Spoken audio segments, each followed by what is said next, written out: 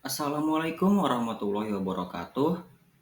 Perkenalkan, saya Muhammad Esa Ardiansyah dengan nomor NIM 6120123075.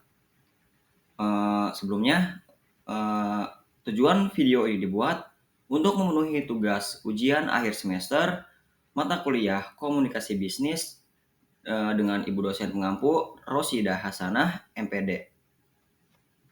Di sini saya akan menjelaskan tentang pengenalan produk minuman, yaitu minuman Yakult. Di sini saya akan memperkenalkan produk Yakult, yaitu minuman hasil fermentasi yang baik untuk pencernaan. Yakult sendiri mempunyai slogan, yaitu cintai ususmu, minum Yakult tiap hari. Selanjutnya kita masuk ke sejarah Yakult. PT Yakult merupakan perusahaan manufaktur yang bergerak di bidang produksi susu fermentasi.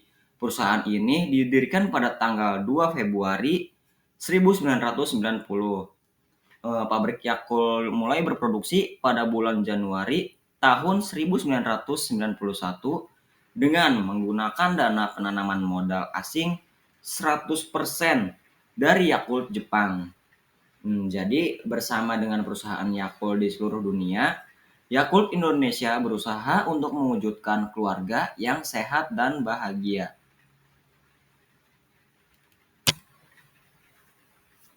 Selanjutnya di sini ada tentang Yakult. Yakult adalah minuman susu fermentasi yang mengandung Lactobacillus casei-shirota strain yang dapat mencapai usus dalam keadaan hidup. Untuk satu botol minuman probiotik Yakult mengandung lebih dari 6,5 miliar bakteri Lactobacillus casei-shirota strain yang bermanfaat untuk membantu menjaga kesehatan pencernaan dan menekan pertumbuhan bakteri merugikan dalam pencernaan. Untuk satu pak Yakult sendiri di sini dihargai senilai Rp10.000 dengan isi 5 pieces. Sedangkan untuk per piecesnya Yakult sendiri dihargai senilai Rp3.000. Selanjutnya bahan-bahan untuk pembuatan Yakult di sini ada 7 macam ya bahan-bahannya. Yang pertama itu di sini ada aluminium foil. Yang kedua bakteri Lactobacillus casei-shirota strain hidup, bisa dilihat sendiri bagian gambarnya di sini ada. Dan yang ketiga di sini ada sukrosa dan glukosa. Dan yang keempat di sini ada susu bubuk skim. Dan di sini ada perisa juga. Di sini ada air juga untuk bahannya. Dan yang terakhir, pembuatan Yakult sendiri menggunakan bahan polystyrene.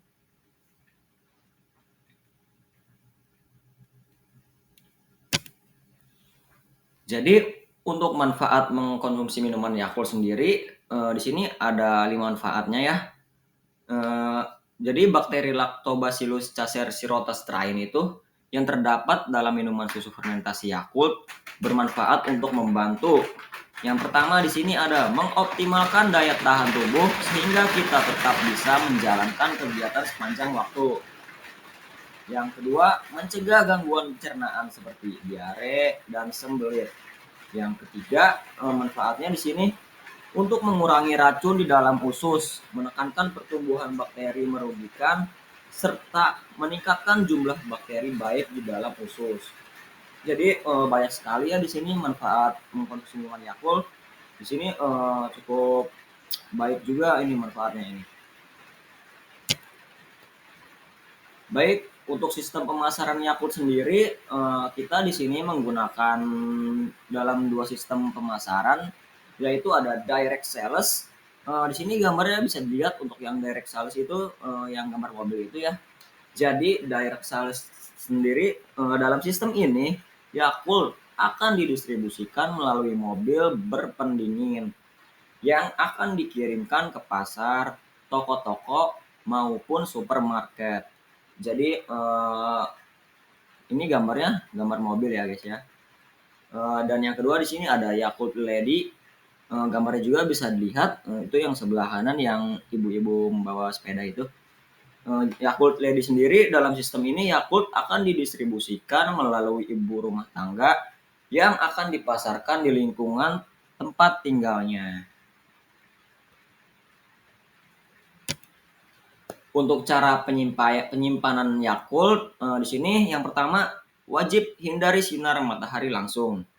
Dan yang kedua, suhu terbaik penyimpanan yaitu 0 sampai 10 derajat Celcius. Jadi, Yakult harus disimpan di dalam lemari pendingin pada suhu 0 sampai 10 derajat Celcius agar bakteri Lactobacillus caeser Shirota strain tidak aktif dalam botol, sehingga Yakult tetap segar dan manfaatnya tetap maksimal. Yakult boleh diminum pada kondisi tidak dingin bagi yang tidak bisa mengkonsumsi minuman dingin. Selanjutnya di sini ada hambatan komunikasi lintas budaya seorang manajer. Jadi hambatannya itu biasanya seorang manajer itu komunikasi lintas budaya itu yang pertama di sini ada perbedaan bahasa. Jadi seorang manajer itu jika anggota tim mungkin berbicara dalam bahasa yang berbeda atau memiliki dialog yang berbeda dalam menyampaikan informasi produk yang bisa menyebabkan kesalahpahaman. Dan di sini selanjutnya hambatan komunikasi sendiri di sini ada perbedaan norma dan nilai. Jadi setiap budaya memiliki norma dan nilai yang berbeda yang dapat mempengaruhi cara berkomunikasi dan berinteraksi. Dan yang keempat di sini ada perbedaan gaya komunikasi yang berbeda seperti cara menyampaikan pesan, nada suara, dan cara mendengarkan dapat menyebabkan kesalahpahaman. Dan yang keempat di sini ada kurangnya pemahaman. Maksudnya kurang pemahaman tersebut ialah kurang pemahaman tentang budaya masing-masing dapat menyebabkan ketidaknyamanan dan ketegangan dalam komunikasi. Seorang manajer sendiri untuk meningkatkan efektivitas komunikasi yaitu dengan menjalankan pelatihan komunikasi antar budaya. Jadi manajer tersebut dapat mengikuti PEL atau workshop tentang komunikasi antar budaya untuk memahami dan menghargai perbedaan budaya. Yang kedua, menggunakan penerjemah atau interpreter. Jika perlu, manajer dapat menggunakan penerjemah atau interpreter untuk membantu komunikasi yang melibatkan bahasa orang yang berbeda. Yang ketiga, di sini perbedaan gaya komunikasi. Jadi gaya komunikasi yang berbeda, seperti cara menyampaikan pesan, nada suara, dan cara mendengarkan dapat menyebabkan kesalahpahaman. Membangun kepercayaan dan respect dengan menunjukkan rasa hormat dan kepercayaan terhadap anggota tim dari berbagai latar belakang budaya manapun dapat menciptakan lingkungan kerja yang lebih terbuka dan jujur. Di sini saran untuk membangun hubungan yang lebih baik, menurut saran saya di sini yang pertama, empati dan pendengaran aktif. Jadi, seorang manajer harus menunjukkan empati dan mendengarkan secara aktif terhadap pendapat perasaan anggota timnya.